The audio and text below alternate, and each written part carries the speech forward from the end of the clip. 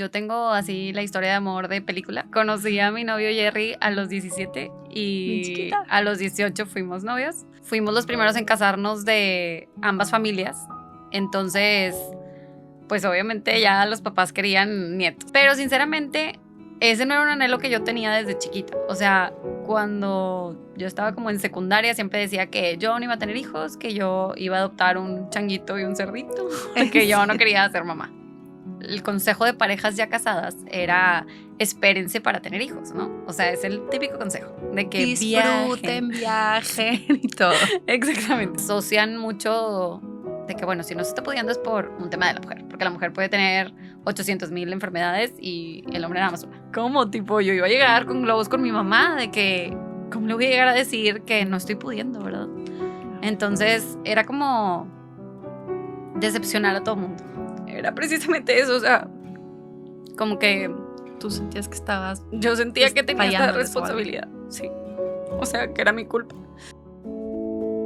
El duelo y la pérdida pueden ser complicados al desconocer el camino y las herramientas necesarias para sanar y sobrellevar una vivencia tan fuerte a algo tan natural.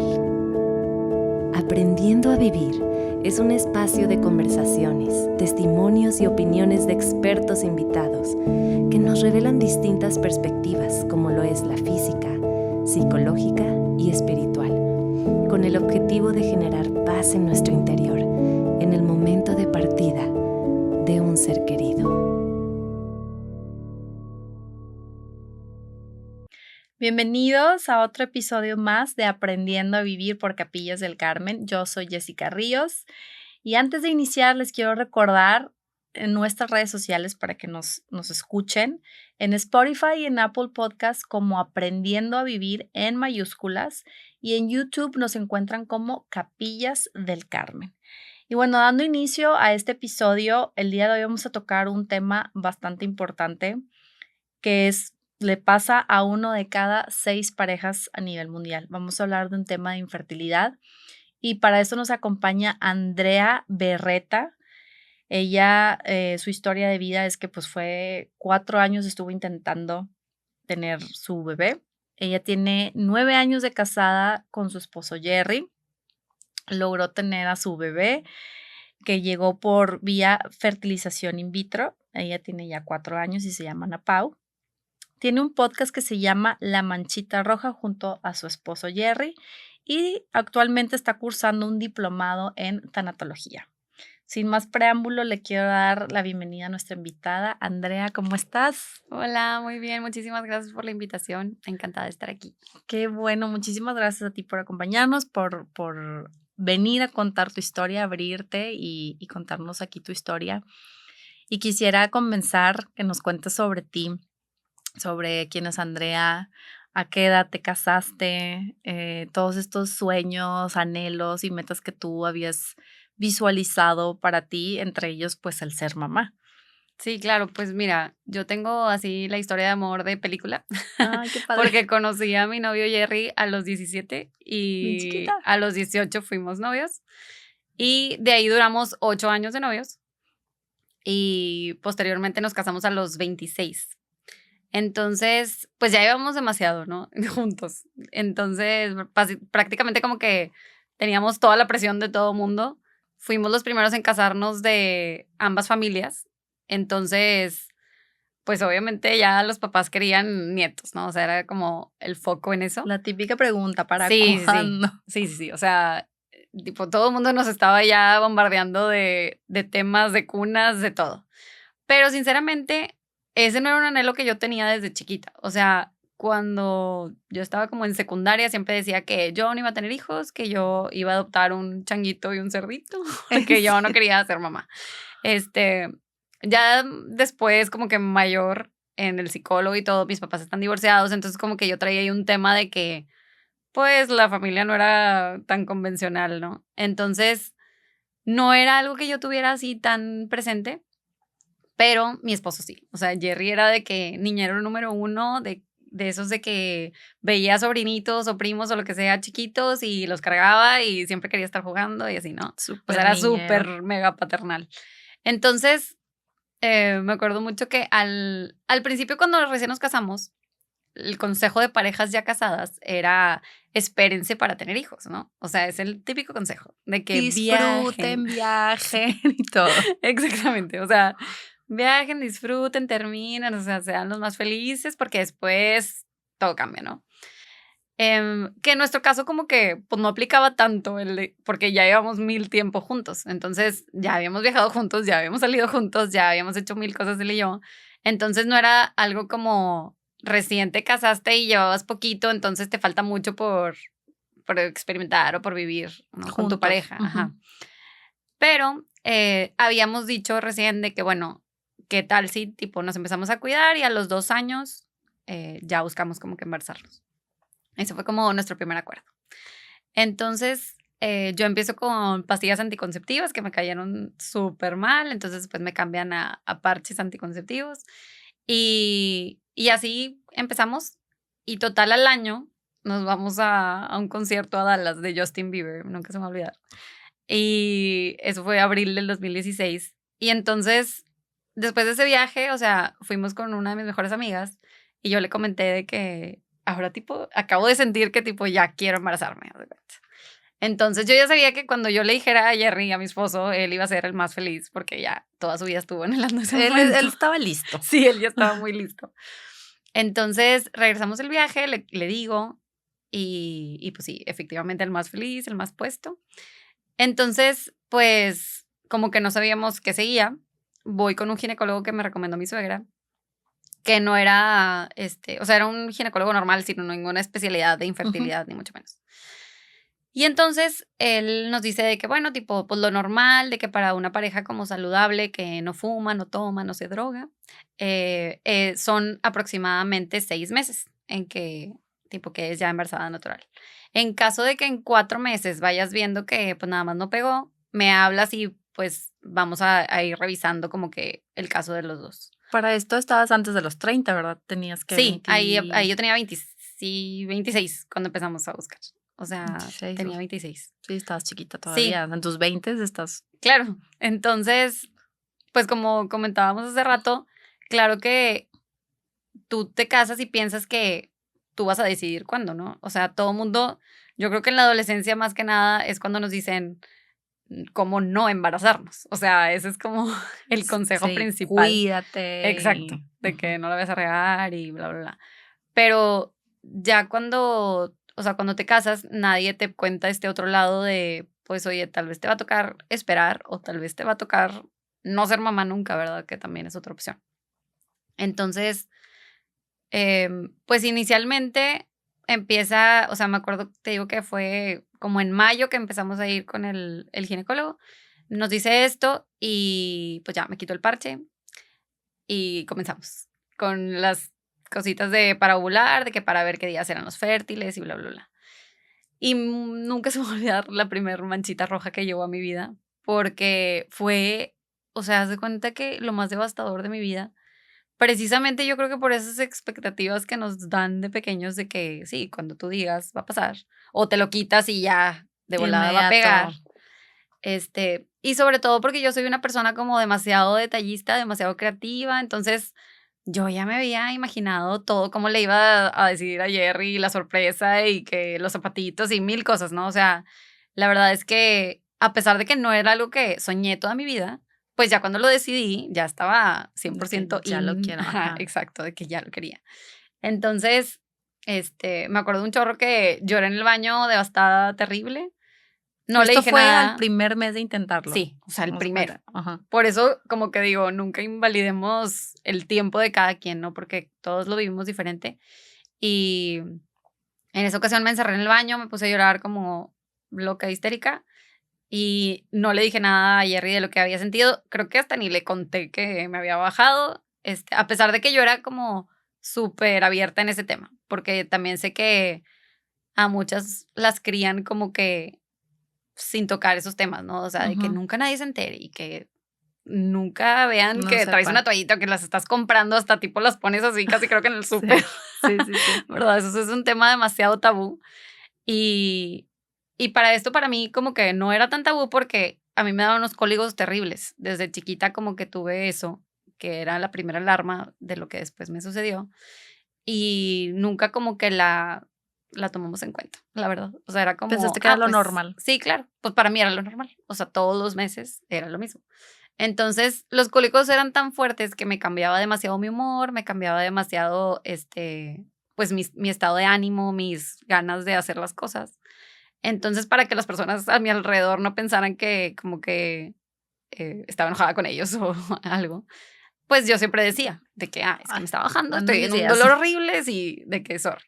Entonces, cuando llega esa primera manchita roja, te das cuenta que se me hizo un nudo en la garganta y se me cerró. O sea, ya no podía platicar, no podía decir nada, no, nada. Entonces, eso pasa en la primera, la segunda, la tercera, la cuarta. Llega ese tiempo límite que nos había dicho el doctor de que, bueno, si a los 4 meses no pega, regresas conmigo. Ajá. Yo pensé que era hasta el año, pero bueno. Pues sea, es que como que entre los 6 y los 12 es el tiempo promedio de que más o menos como que debería es el de. Ajá. Pero pues algunos doctores como por ejemplo, recomiendan que a partir de los 6 pues te des un chequeo, ¿no? Okay. O sea, por si hay algo, de una vez abordar. poderlo abordar sin tener que esperar tanto. Ya. Entonces, bueno, regresas con el ginecólogo a los 4 meses. Regreso a los 4 meses y nos dice de que, bueno, mira, te vas a hacer estos 3 estudios y si alguno sale mal, entonces ahí vamos viendo, hace cuenta. De que si todo sale bien, entonces te hago estos otros 3 y así, como que se iba de a poco.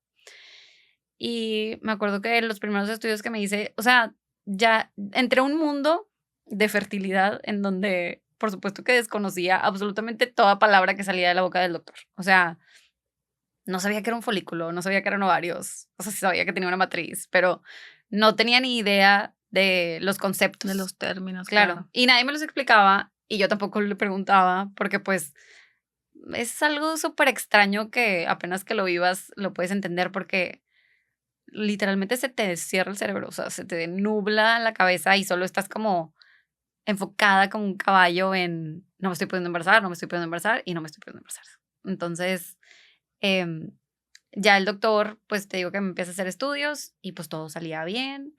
Entonces, me acuerdo mucho que al mes que regresamos con él nos empezó como que no sé, tipo a llevarse medio raro con nosotros en cuestión de sus preguntas y su manera de decirnos las cosas, como que ok, entonces ustedes están teniendo problemas entre ustedes, o sea, por eso no se está logrando y así, hace cuenta.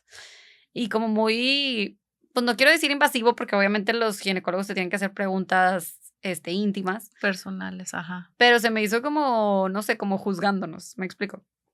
Total, con todo esto que yo ya traía emocional, la verdad es que no lo supe manejar y le dije a Jerry de que la neta, tipo, no quiero volver con ese doctor. O sea, me molestó demasiado, de que no me siento a gusto, no me siento en confianza, no le puedo preguntar nada. Y bye. Entonces, para esto, tipo, Jerry, un amor desde el principio. O sea, siempre estuvo ahí apoyándome al 100 y como que lo que yo dijera, eso iba a ser, ¿no? O sea, como que muy a mi tiempo. la pauta. Sí, totalmente. Y la verdad es que sí lo vivimos diferente. O sea, yo digo de que la infertilidad es de 2, igual que la maternidad y la paternidad, pues es de 2. Pero claro que cada quien juega un rol diferente. Ese es el punto. O sea, no es uno más importante que el otro, pero pues a ti te está bajando. Entonces, tú eres la que ya no quieres ir al baño. O sea, literal, te aterra ir al baño porque de que ya sabes que no está en tu control, que eso fue mi prueba más grande. O sea, yo soy una persona súper aprensiva y me encanta tener todo como súper estructurado y planeado. Y entonces, y planeado. Y pues viene esto y tipo, no puedo hacer nada. O sea, literalmente no había nada en mi poder para poder, pues, controlar si me bajaba o no. Entonces... Te hiciste los exámenes y todo había salido todo bien. había salido bien hasta los estudios que él me hizo, porque después me enteré que habían muchos otros, ¿verdad? Pero hasta donde él llegó, todo había salido bien. Igual también en ese momento le hicieron a Jerry 1, porque pues a los hombres es muy fácil y todo estaba bien. Normalmente a veces le hacen primero a la mujer y luego hasta el último el hombre, ¿no? Sí, eso es lo normal. O sea, la verdad, lamentablemente. Y debería ser al revés. Pues sí, nomás es uno. Porque los estudios dicen que el 50% es, o sea, de la mujer y 50% es del hombre. Entonces, digo, sí es un gran porcentaje. Uh-huh. Como para dejarlo ahí a un lado. Pero pues sí, como que asocian mucho de que, bueno, si no se está pudiendo es por un tema de la mujer, porque la mujer puede tener 800,000 enfermedades y el hombre nada más una. Entonces, como que es más fácil. ¿Cómo te sentías tú que te estaban pidiendo todos estos exámenes a ti? Pues muy abrumada y como te digo que no sabía qué estaba pasando ni los conceptos de lo que me estaban pidiendo. Ya. La verdad es que emocionalmente estaba terrible, o sea, devastada total. Y ni le podía contar a Jerry, menos a mi mamá, menos a mi familia. O sea, como que todo empezó a ser este gran secreto porque pues los quería sorprender. ¿Me explico? O sea, era como tipo, yo iba a llegar con globos con mi mamá de que, ¿cómo le voy a llegar a decir que no estoy pudiendo, verdad? Ya. Entonces, era como decepcionar a todo el mundo. O sea, ya me voy a poner a llorar. Ay. Perdón. Pero es que me acuerdo y fue súper difícil porque era precisamente eso, o sea, como que Tú sentías que estabas yo sentía que tenía esta fallándoles o algo. responsabilidad, sí. O sea, que era mi culpa. Y, ay, perdóname, No te preocupes. quiero pausar un poquito. Siempre me vuelve esto cuando vuelvo a contar todo. Y ya lo he contado 1000 veces. No, claro, pues es. Pero me remonto otra vez a ese momento. Ay, voy. Ahorita sí. No te preocupes. Ay, ya. Listo. Pero bueno, empiezo a sentir como que pues era mi culpa y estoy decepcionando a todo el mundo y no nada más yo no puedo ser mamá, sino que Jerry no puede ser papá y mis suegros y mi mamá y así, haz de cuenta, ¿no? Entonces, Cambias de ginecólogo. me muevo bueno, fíjate que no me fui con otro ginecólogo porque no sabía con quién ir. O sea, esa era la realidad. Y como no le contaba a nadie me podía aconsejar. Entonces era como Ya. esta bola de nieve, te digo que como que este secreto súper grande. Y recurrí a un psicólogo en aquel entonces que, pues no sé, como que se llamaba a sí mismo rasgólogo, no sé qué cosa era, pero el caso es que él, cuando voy, me dice que pues es que yo no veo nada que te impida embarazarte. O sea, de que sí lo vas a hacer, de que nada más tipo, o sea, como que suéltalo, tipo confía, de que suéltalo y Relájate. lo vas a poder hacer. Ajá. El típico consejo de que nos relajemos. Sí. Que tiene como que, o sea, creo que a todas nosotras las que pasamos por infertilidad nos molesta mucho ese relájate. Tiene cierta realidad, porque en realidad, pues más que nada no es tanto que te relajes y te embarazas, sino pues no estar como dejando de vivir por buscar el embarazo, ¿no? O sea, porque claro que el estrés también influye, pero no por eso, o sea, nuevamente como que no es una causa de que ya me relajé, entonces ya me pude embarazar, como todo el mundo dice. Pero, sí, totalmente, a ver, pasa. Gracias. Espero que todo el mundo llore en este podcast. No eres la primera, no te preocupes. Es un tema, pues obviamente Sí. te estás abriendo, es mostrarte vulnerable y es tu vivencia. Sí, literal. Pero bueno, no sé por qué, de verdad lo he contado miles de veces y siempre vuelvo a llorar en la misma parte. Pero bueno, el punto. Ya regresamos. ¿Te quedaste con el mismo doctor? Sí, me quedo con el mismo doctor, pero decidí, te digo que como que moverme. No sabía con quién, porque no le contaba a nadie. Me voy con este psicólogo que me dice que pues realmente no veía nada como psicológico que me impidiera un embarazo. Y al no ver como que la salida o a dónde moverme o qué hacer, porque la realidad es que en ese entonces ninguna amiga mía estaba pasando por algo similar. Y sí, no lo contaban tampoco. Entonces es un tema tan no hablado que pues finalmente te digo como que te quedas en este caparazoncito de tortuga adentro y ni tú cuentas ni nadie te cuenta y entonces solo estás tú solita pasando por algo que ni siquiera sabes cómo se pasa, ¿sabes? Entonces, de ahí pues nosotros somos cristianos, nos casamos por la religión cristiana y en ese momento de nuestras vidas, cuando recién nos casamos y todo, estábamos como que yendo de iglesia en iglesia y como que íbamos porque mis suegros iban y, o sea, de eso de que pues te llevan, no vas por convicción. Y un día Jerry se topa a un amigo suyo y nos invita a la iglesia que vamos ahorita. Entonces fuimos y apenas empezaron la primera canción y yo estaba berreando, se cuenta, se traía tipo todo aquí. Y nos invitó a un estudio de Biblia, que era tipo todos los martes. Y nosotros éramos la única pareja casada en un estudio de jóvenes. Y ahí básicamente pues todos los chavos pedían por sus exámenes finales y nosotros de que pues por un bebé. Y esa fue la primera vez y el primer grupo con literal desconocidos que nosotros pudimos platicar. Abrirse. Ajá, O sea, con ellos lo platicaron. Exacto. O sea, y fue como, bueno, digo, ya sé que no pueden como literal hacer algo por mí para que yo lo logre, pero lo más importante lo pueden hacer, que es orar por nosotros. O sea, nosotros necesitábamos demasiado como que ese grupo de apoyo, que finalmente fue lo que terminaron siendo para nosotros. Y gracias a ese estudio, pues nos acercamos más y más y más a la iglesia. Y unos meses después voy al dentista y una amiga, o sea, mi amiga dentista, me empezó a contar como que cosas del tema de una amiga suya y así, que se acaba de hacer un in vitro, que yo jamás había escuchado ni siquiera la palabra in vitro. Entonces... Para esto, ¿ya cuánto tiempo llevabas intentándolo? Ahí apenas llevaba 8 meses. 8 meses, ni siquiera habías llegado todavía al año. Ni siquiera había llegado al año todavía. Y de ahí, total, ella me recomienda con el doctor de esta amiga. Y total, vamos con este doctor, nos da cita en 4 meses porque era como una supereminencia y bla, bla, bla. Y fuimos y la verdad es que, pues, es un doctor como muy frío, muy de que ni siquiera se sabe tu nombre, ¿no? O sea, como de ese tipo. Pero él trabajaba muy diferente que el anterior porque él era como, ok, te voy a hacer 18 exámenes de una vez y ya vemos como el panorama completo. Entonces eso como que nos dio un poco de confianza de que, bueno, pues sí, de una vez vamos a ver todo, a palomear y a ver qué está pasando. Y ya para esto, pues solo me dijo de que podría tener como que ovario poliquístico después, pero que al momento él no veía nada que nos estuviera impidiendo. Entonces nos propone una inseminación artificial. Y nuevamente yo no tenía ni idea de qué estábamos hablando. Entonces, pues ya más o menos nos explica cómo iba a ser.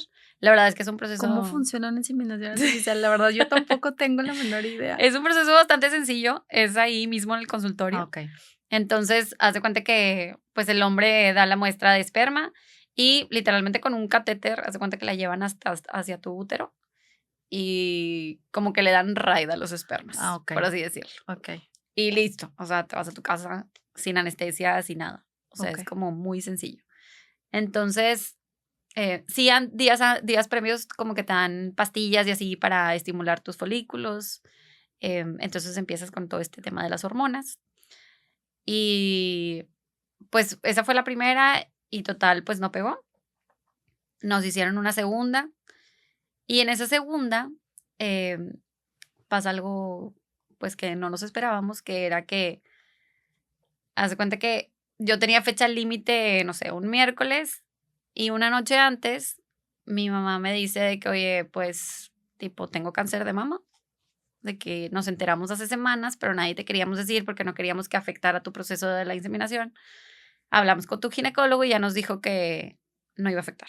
Entonces, en 2 días me operan. Haz de cuenta. Ahí ya tus papás estaban enterados del proceso que estaban viviendo tú y tu esposo. A ella les habíamos contado. Ok. Sí, me salté esa parte. Pero bueno, después, cuando ya empezamos a ir con el segundo especialista, él ya era un especialista en fertilidad. Entonces, ahí sí, yo ya no aguantaba la presión de la familia. O sea, ya había pasado Navidad, ya había pasado todo esto y ahí sí fue que hablé con Jerry y le dije, tú hablas con tus papás, yo voy a hablar con mi mamá y... sorry, pero se acabaron los comentarios. O sea, ya no puedo soportar uno más. Oigan, sí, es que la verdad, o sea, para los que nos están viendo o escuchando, o sea, siempre la típica pregunta de para cuándo, y tú no sabes lo que está viviendo la pareja, o sea, no sabes, capaz lo está intentando y no puede, o capaz no quieren, o lo que sea. Sí, ¿no? es una pregunta son preguntas bien incómodas. Muy sí. invasiva, pero sobre todo, te digo, sentía más presión de la gente más cercana a mí que de una tía random que me preguntó, ¿verdad? O sea, Pero porque aparte la presión de nuestra familia era, estoy en Costco y vi una cuna. Me explico, o sea, era como, ya, Súper ¿sabes? intensa la presión. Entonces, ahí sí, ya troné, le dije a Jerry que por favor les dijera. Yo le conté a mi mamá y la verdad es que fue la mejor decisión. O sea, porque tampoco puedo juzgar sus dudas o sus ganas. Eso lo entendí mucho después, lamentablemente, pero pues también ellos tenían esa ilusión, esa misma ilusión que yo tenía de ser mamá, ellos lo tenían de ser abuelos.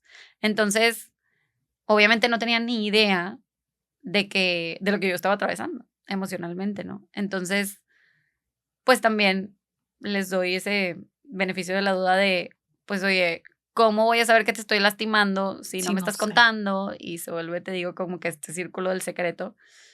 Y ya, lo dije, me liberé y pues me sentí más acompañada, por supuesto, tanto de ellos como de, pues, de mi mamá, de toda la familia, ¿no?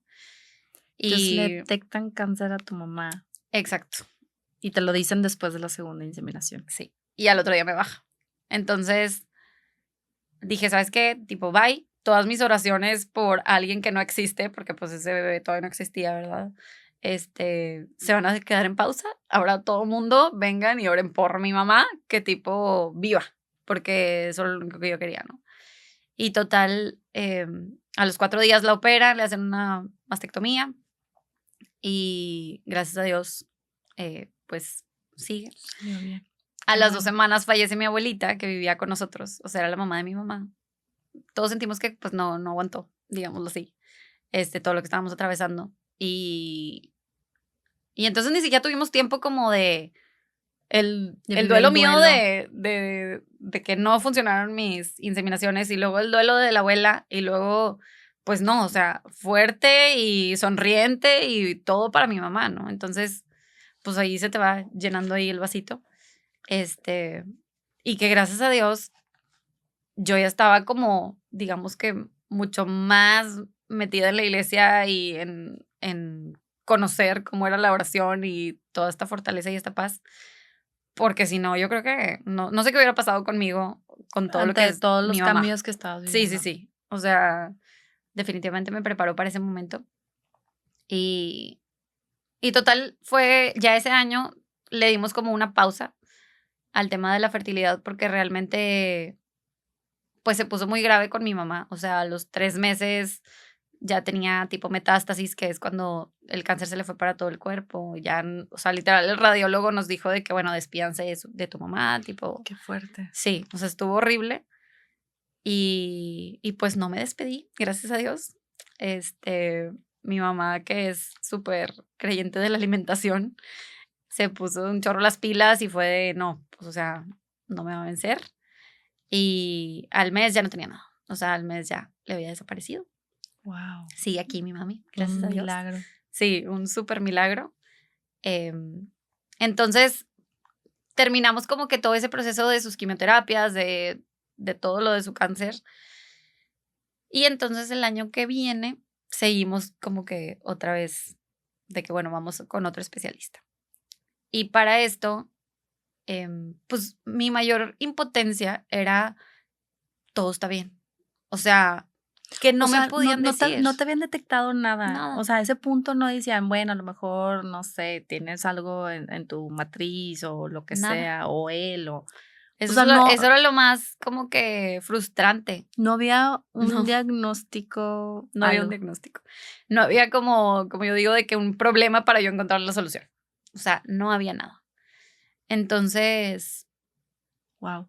pues, y aparte te digo que como que este doctor era muy frío y muy así, entonces me recomiendan con otro doctor. Ya para ese entonces yo se lo platiqué a mis amigas, lo hablaba un poquito más. Y voy con este nuevo doctor que también tenía una lista de espera de muchos meses. Y el primer examen que me hace resulta que es el de la hormona antimuleriana, así se llama, que es para ver tu reserva ovárica, o sea, cuántos óvulos te quedan. Y para ese entonces, cuando yo llegué con él, ya tenía 30 años. O sea, ya habían pasado, pues sí, esos 4 años. 4 años. Y él me dice de que qué raro que el otro doctor, pues, no, ni siquiera te hizo este estudio. Porque ni siquiera me había hecho el estudio, o sea, deja tú los resultados. Entonces, pues ahí, digamos que digo, hay toda una controversia alrededor de este diagnóstico de baja reserva ovárica porque no lo llaman un diagnóstico, es más bien como, pues eso no es un impedimento para embarazarte porque todavía te quedan algunos, pero pues en mi caso, por ejemplo, pues sí era eso, o sea, era que ya me estaba quedando con muy poca cantidad, entonces, para mi edad, yo por decir, tenía 30 y tenía una reserva ovárica como si tuviera 40. Wow. Entonces, Sí, porque yo sabía que después de los 35, como que ya empieza a a bajar. Eso es lo como natural. Ujú. Pero pues, no, o sea, hay toda una tabla de rangos para determinar esto- como que con tu edad. Y esto debido a que o no te dijeron el por qué. No, o sea, de hecho no hay como un por qué. Incluso las preguntas que te hacen es como, pues tu mamá batalló o algo, pero pues ya también, al menos nosotros de nuestra generación, pues cuando nuestras mamás se embarazaron, casi creo que se embarazaron a los 19, 20. Sí, O sea, sí, nadie tenía estaban muy problemas jóvenes. sí, de como de edad. Entonces, pues ese ginecólogo nos dice de que no, pues ustedes son candidatos a in vitro. Yo no sé qué estabas haciendo con inseminaciones porque pues obviamente no iban a funcionar. Y esa Y reserva ovárica, o sea, es de que ya te quedan menos óvulos. ujú, Y de esos todavía ver cuáles son viables, claro. Ok, O sea, ya. todavía falta todo un Ajá. tema. Y bueno, por lo menos yo ya me sentía más en paz de que, bueno, ya Ya de te habían perdido dicho ya sé qué algo. es. O sea, como que no puedo hacer nada porque no tiene como una solución. Pero pues por lo menos ya sé qué es. Y ahí te proponen in vitro. O sea, es la In vitro. primera vez que te lo ponían sobre la mesa como Sí, opción. que lo escucho. Para eso, ya, como yo ya me había abierto, ya como de perdido tenía la amiga de la amiga de la amiga que se lo había hecho y que X, ¿no? O sea, como que de perdido tenía un poquito de experiencia De otros casos. de otros casos, no tan cercanos a mí, pero algo, ¿no? Ya no era tanto el bicho raro como yo me sentía. Em, pero definitivamente iba a un mundo desconocido y nuevamente como que toda esta base, o sea, para mí mi transformación fue 100% espiritual, que fue lo que me ayudó a poder confiar y realmente decir de que, bueno, si este es el paso que sigue, es porque ahí va a estar y ahí va a ser y a permitirme sobrellevar todos estos, pues, duelos mensuales que tenía. O sea, Y cada mes que llegaba tu menstruación era un duelo para ti. O sea, era llorar. claro, hasta la fecha. O sea, sigue siendo. Porque eso es algo que ya no se te quita, ¿no? O sea, ya nunca, vaya, no hay vuelta atrás con la reserva ovárica. No es como que de pronto ya fluyeron muchísimos más. Sí cambia como que cada mes, pero es todo un tema como muy complejo, pero realmente, como que ahí yo sí sentía de que, bueno, mira, si Dios nos trae hasta aquí, entonces es porque Él lo va a Aquí va hacer, a ¿no? ser la... Ahí entendí que Él es el que da la vida y no los médicos, porque finalmente, em, pues sí, como que la gente me dice mucho de que, bueno, y tú tan espiritual pero pues te fuiste a hacer in vitro, ¿no? O sea, también me juzgaron mucho por eso de que, Fuiste juzgada por hacer... claro, porque pues, No la bueno, manera natural, por así sí, o sea, decirlo, porque, de... porque usaste tipo la ciencia y bla, bla, bla, ¿no? Pero finalmente la ciencia no hace la implantación, o sea, la ciencia no es la que determina si vas a quedar embarazada o no. Entonces, ¿Cómo fue tu proceso de mm, in vitro, Andrea? Platícanos, porque yo tengo sí, mucha curiosidad, no sé cómo funciona, cómo funciona todo eso. sí, desconozco cómo Pues, es. más que nada te invaden de inyecciones, para, pues, fortalecer los folículos. O sea, los folículos tienen que estar de cierto tamaño.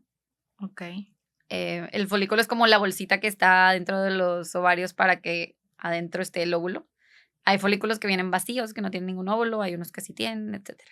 Okey. Lo normal para este proceso es que, o sea, una persona le aspiren, o sea, hay gente que le aspiran hasta, no sé, entre 18 y 35 óvulos, por ejemplo. Eso es lo normal, te lo digo como perspectiva. A mí lo que me aspiraron fueron 2. Eso era lo que tenía yo de materia prima para mi in vitro. Guau. Entonces, claro que el doctor, incluso el día del in vitro, me decía, de que acuérdate que estamos aquí por fe, porque por estadísticas, pues no. Y incluso, tipo, toda la vida le voy a agradecer por haberse aventado a hacerme el in vitro con todo en contra, porque literalmente teníamos todo en contra. Pero bueno, para esto yo había hecho también un protocolo de alimentación, confiada en todo lo que le pasó a mi mamá. Dije, bueno, si mi cantidad es el problema, vamos a mejorar la calidad. Y la calidad se mejoraba a través de la alimentación. Porque para esto, pues yo toda la vida he sido como que delgada y siento que me escudaba mucho en eso y tragaba y comía fatal. O sea, no nutrías tanto tu cuerpo. No, nada. O sea, refrescos, tipo postres, todo.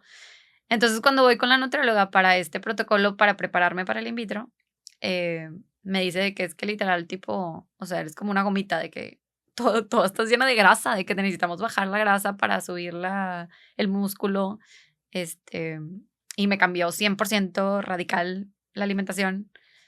Y hasta la fecha seguimos con esa alimentación, gracias a Dios, porque sí nos benefició en muchos sentidos.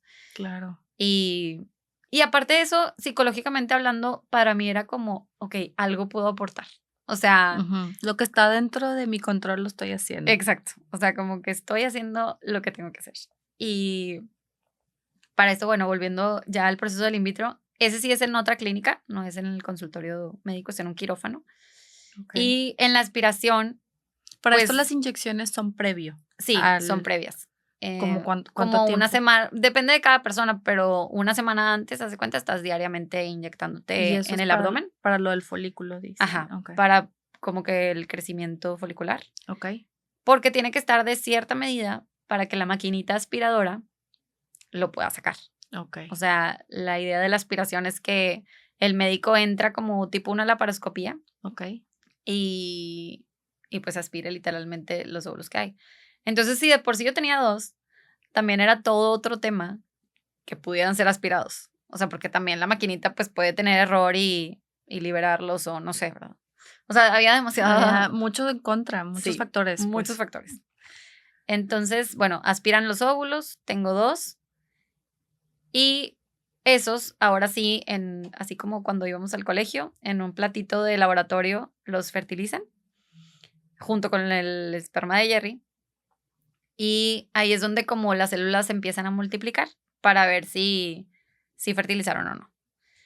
Y para mi gran bendición, ambos fertilizan.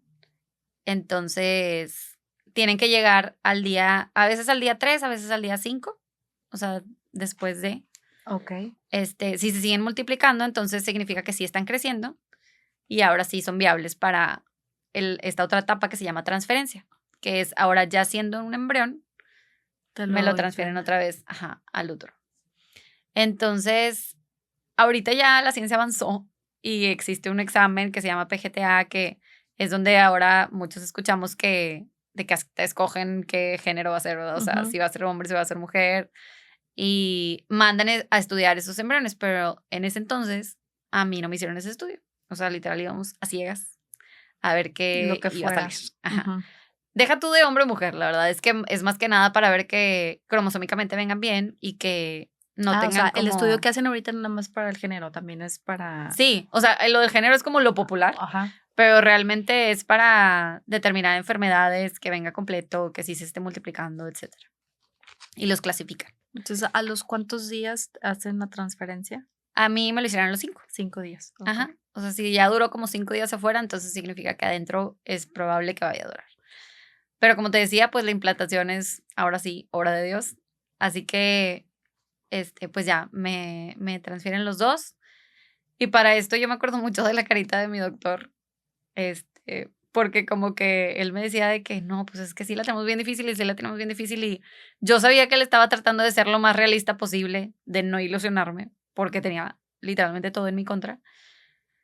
Pero en ese momento ya Dios me había dado una fe impresionante que yo le decía de que no te preocupes, tipo, con esos 2 es suficiente. Yo no necesito más, nada más necesito 1. Entonces, con esos 2 está perfecto.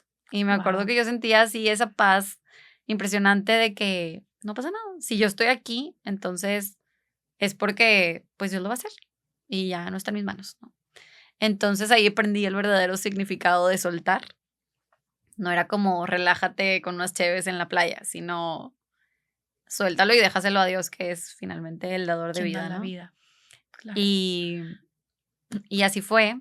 Nos salimos llorando de ahí, de que bien contentos, sin saber qué iba a pasar, ¿verdad? Porque para esto viene la etapa más difícil que se llama beta espera. Bueno, así le llaman.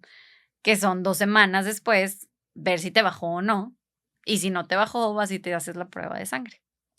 Entonces, me acuerdo que yo estaba inmóvil, de que no quería que nadie me tocara, no quería bajar las escaleras, no quería nada porque dije, cualquier movimiento en falso que se me salga, ¿no? Según yo, ¿verdad? Pero obviamente eso no sucede. Pero sí, una caída o algo así, sí, claro, puede te aumentar el estabas riesgo. cuidando al máximo Sí, porque... como si fuera de cristal. Sí. Entonces, ya para ese entonces ya me conocía los conceptos más allá que acá. Y la verdad es que, te digo, nuevamente como que lo contaba muchísimo. Entonces, como que dije, bueno, ya por algo me pasó a mí y yo que soy tan parlanchina, voy a compartirlo. O sea, ya sé que fue tan difícil, entonces vamos a compartirlo. Y para esto, pues ya tenía todo el mundo orando por nosotros. Y a los 15 días, pues no me baja, gracias a Dios. Voy y me hago el estudio de sangre. Y me acuerdo que yo estaba en mi trabajo y Jerry también estaba manejando. Y me mandó un WhatsApp el doctor de que, oye, no estás embarazada, estás embarazadísima. De que viene el número, o sea, no sé, imagínate que el número para el embarazo era de 1000 más o menos. Y yo tenía 2500. Entonces me dice de que es muy probable que sea un embarazo gemelar, de que vienen Madre 2. mía. Sí. Wow. Entonces, o sea, de los 2 óvulos que tenía, los 2 habían implantado. Y pues ya, llorando a mares, hicimos un video para toda la gente que estuvo con nosotros, se lo mandamos por WhatsApp. Y entonces ahora sí fuimos a escuchar los corazoncitos y efectivamente eran 2. Entonces, a esa cita nos acompañaron los abuelos, fuimos todos. Y no lo podíamos creer. Obviamente salimos de ahí todos de que a comprar 1000 cosas dobles, de que no, ya van a ser 2 y qué padre, y el sueño, y ya habíamos hasta puesto nombre de los 2 y todo, ¿no? Y eso fue a las 6 semanas que escuchamos el corazoncito. Y a las 8 semanas volvemos a ir porque como que los primeros meses pues vas cada 2 semanas. Ok. Entonces vuelvo a ir al eco y de repente oye pues un silencio profundo en la sala. Ahí con el ginecólogo mientras me estaba haciendo el eco. Y ya sabía que algo había pasado porque para esto mi doctor y nosotros como que nos llevábamos demasiado bien, siempre estábamos bromeando, siempre hacíamos de todo un chiste. Y ese día pues estar, o sea, 100% serio, obviamente algo había pasado. Claro. Sí. Y entonces ahí sí fuimos nada más Jerry y yo y nos dice de que no, pues Andy, tipo un corazón dejó de latir. Y hace cuenta que fue el dolor más grande que he sentido, porque ya todo fue un terror. O sea, ya a partir de ahí dije de que ¿Qué tal si también esto es una posibilidad? Ajá, o sea, ese fue el mayor problema, como que esperé tanto un embarazo que nunca pensé que iba a pasar después de ese embarazo. O sea, nunca me puse a analizar ni a ver casos, ni mucho menos. Entonces, cuando me dice que ese corazoncito dejó de latir, pasaron 1000 cosas por mi mente. Nos fuimos berreando toda la noche, todo el día, todo ese día. Estuve llorando a más no poder. ¿Y qué pasa con el segundo? O sea, se perdió, pero... Pues como era tan pequeño, se disolvía. Ok. O sea, literalmente y el otro solito se disolvió y el otro seguía. El otro se escuchaba bien y todo. Sí. Ok. Pero fue algo, pues sí, sobrenatural definitivamente, porque te digo que ese día, haz cuenta que supimos, lloré toda la noche, como que saqué todo, y al otro día en la mañana le dije a Jerry de que, pues, estar felices por el que sí tenemos. O sea, sí me duele mucho el que partió, pero eso no me puede robar el gozo de lo que tengo. Ajá. De que ni modo a darle con el que sí. Entonces, después de eso, Jerry se reía mucho porque le decíamos al doctor de que quiero ir todos los días. O sea, ahora quiero ir todos los días a mi eco porque pues ahí no lo sientes, ¿verdad? Sí, o sea, la incertidumbre de... Claro, ¿Qué onda? no es de que vivo? te está pateando ni nada, es muy pequeño. Sí. Entonces, claro que Manuel, mi doctor, me dijo que estás loca, claro que eso no va a pasar, no vas a venir todos los días. Pero bueno, el caso es que no solo eso, sino que gracias a todas estas hormonas se viene todo un tema de pues de mis efectos secundarios. Me da una enfermedad que se llama hiperémesis gravídica, que significa que vomitas tu vida entera, prácticamente.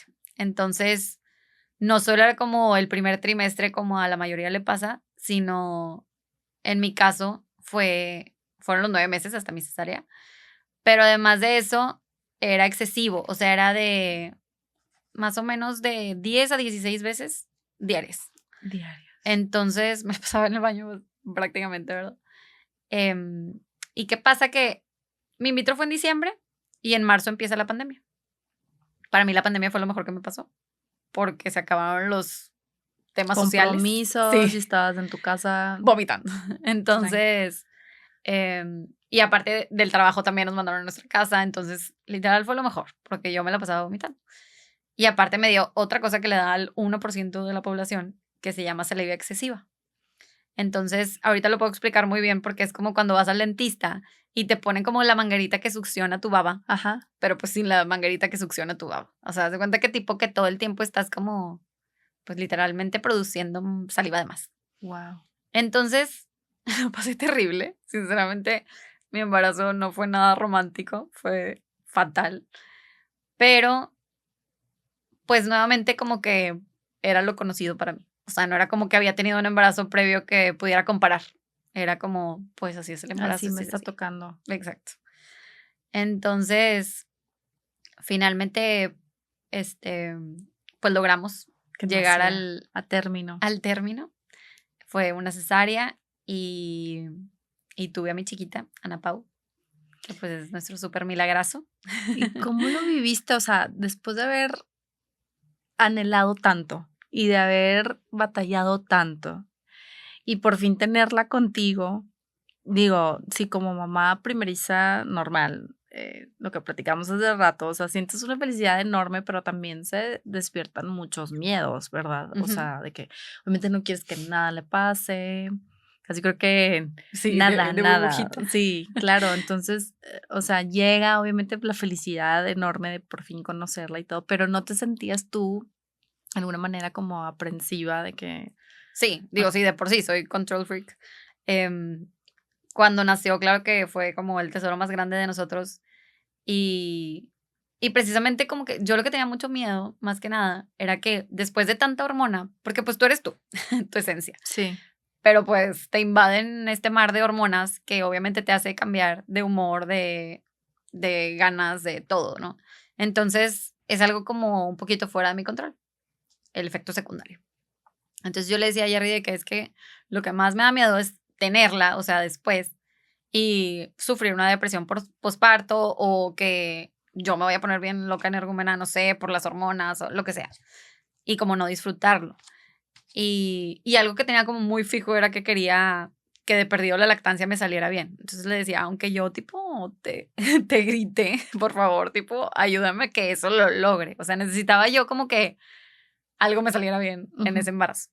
Y gracias a Dios sí me salió. logró. Ay, se logra. Y pues sí, al principio como que pues esos miedos de mamá primeriza, pero fíjate que más que miedo, yo tenía como demasiados sentimientos. O sea, era la primera vez que lo que sea que hacía y ya era un llorar y llorar y llorar. Y luego como que también tenía psicológicamente muchas cosas guardadas de lo que atravesó mi mamá y su divorcio y así. Entonces como que cuando ya la tuve como que no podía entender muchas cosas de mi pasado, ¿no? De mi papá y así. Entonces los primeros 6 meses fueron demasiado emocionales en muchos aspectos. O sea, como que entendía muchas cosas de cómo actuaba mi mamá conmigo cuando yo estuve pasando por el proceso y no sé, como que se me juntó todo, pero... Y por fin lo fuiste Por fin lo fui sacando. Ajá. Y la verdad es que como que trabajé tantas cosas, tuve mucho tiempo en mi tiempo de espera para poder mejorar, que cuando llegan a Pau yo ya estaba muy lista, ¿me explico? O sea, como que ya había cruzado la meta de todos estos issues que tenía y siento que ese es como el mayor consejo que yo le doy ahorita a todas las que están pasando por eso, de que a pesar de que es muy difícil porque tú te digo que tienes como esta visión de túnel en el que no me puedo embarazar, es mi culpa y ¿qué voy a hacer, no? es como tratar de enfocarte muchísimo en tu matrimonio, en fortalecerlo. ¿Cómo lo vivieron? O sea, ¿esto los unió más? Sí, muchísimo. Digo, por lo que me platicas, se ve que, o sea, escucho que sí se unieron con todo este tema de la fe, la iglesia. Sí, grandemente. O sea, nos metimos a todos los cursos habidos y por haber de matrimonios que había en la iglesia. Y a pesar de que éramos pues un matrimonio bastante estable o feliz, por así decirlo,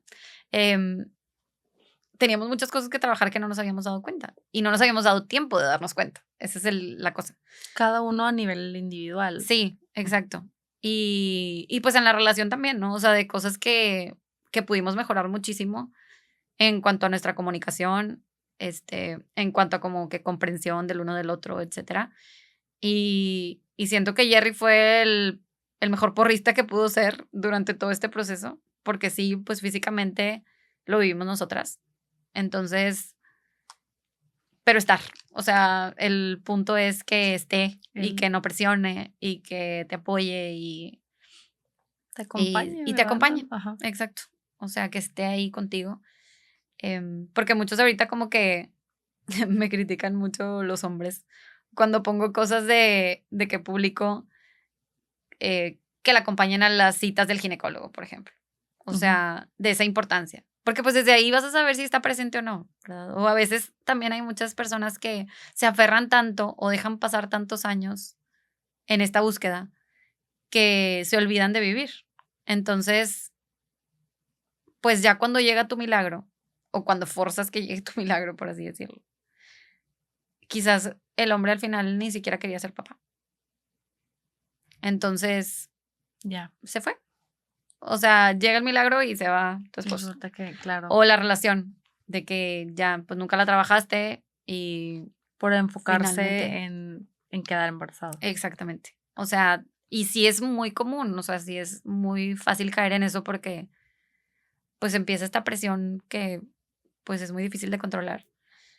Y vaya que fuimos a todo, o sea, tristemente sí caí en ir con el de los imanes, ir con el de la acupuntura, ir con lo que fuera para que me diera paz. O sea, necesitaba esa paz.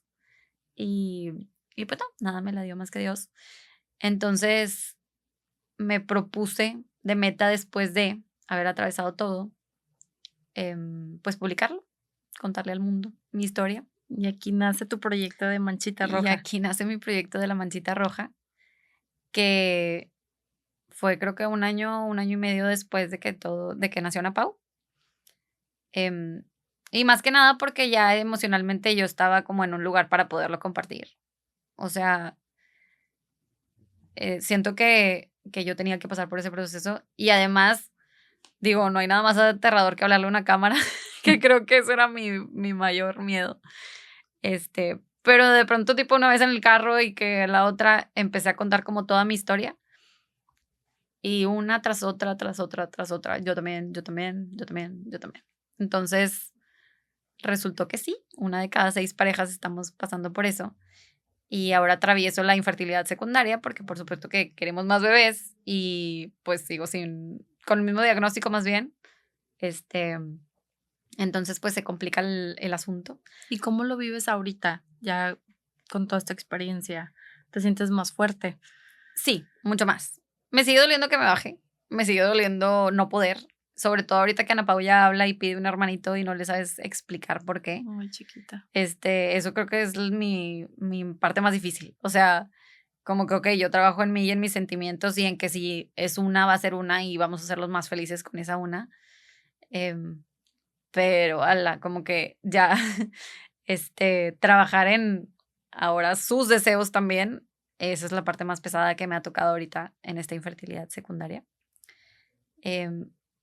Además de todo esto, pues traigo ese como que previo de mi mamá y el cáncer, entonces tampoco es tan saludable para mí seguirme inyectando cosas. El semestre pasado como que lo volvimos a intentar con muchos tratamientos y sigo pagando las consecuencias de ese tratamiento. O sea, en enero lo dejamos porque ya de plano como que me estaba consumiendo otra vez. O sea, físicamente y económicamente me imagino que también. Digo, Sí. no sé cuánto, o sea, por ejemplo, vas y si no pega, o sea, cuánto. Sí, o sea, la verdad es que ni nos dimos cuenta, digo malamente, pero ni te das cuenta de que, wow, o sea, yo tenía como que en mi presupuesto el doctor te dice, no sé, van a ser 12,000 pesos de la inseminación.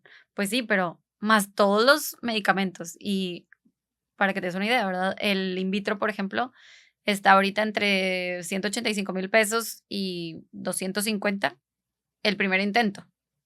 El primer intento. O sea, si de ahí no pegó, pues Págale dale el que otra. sigue.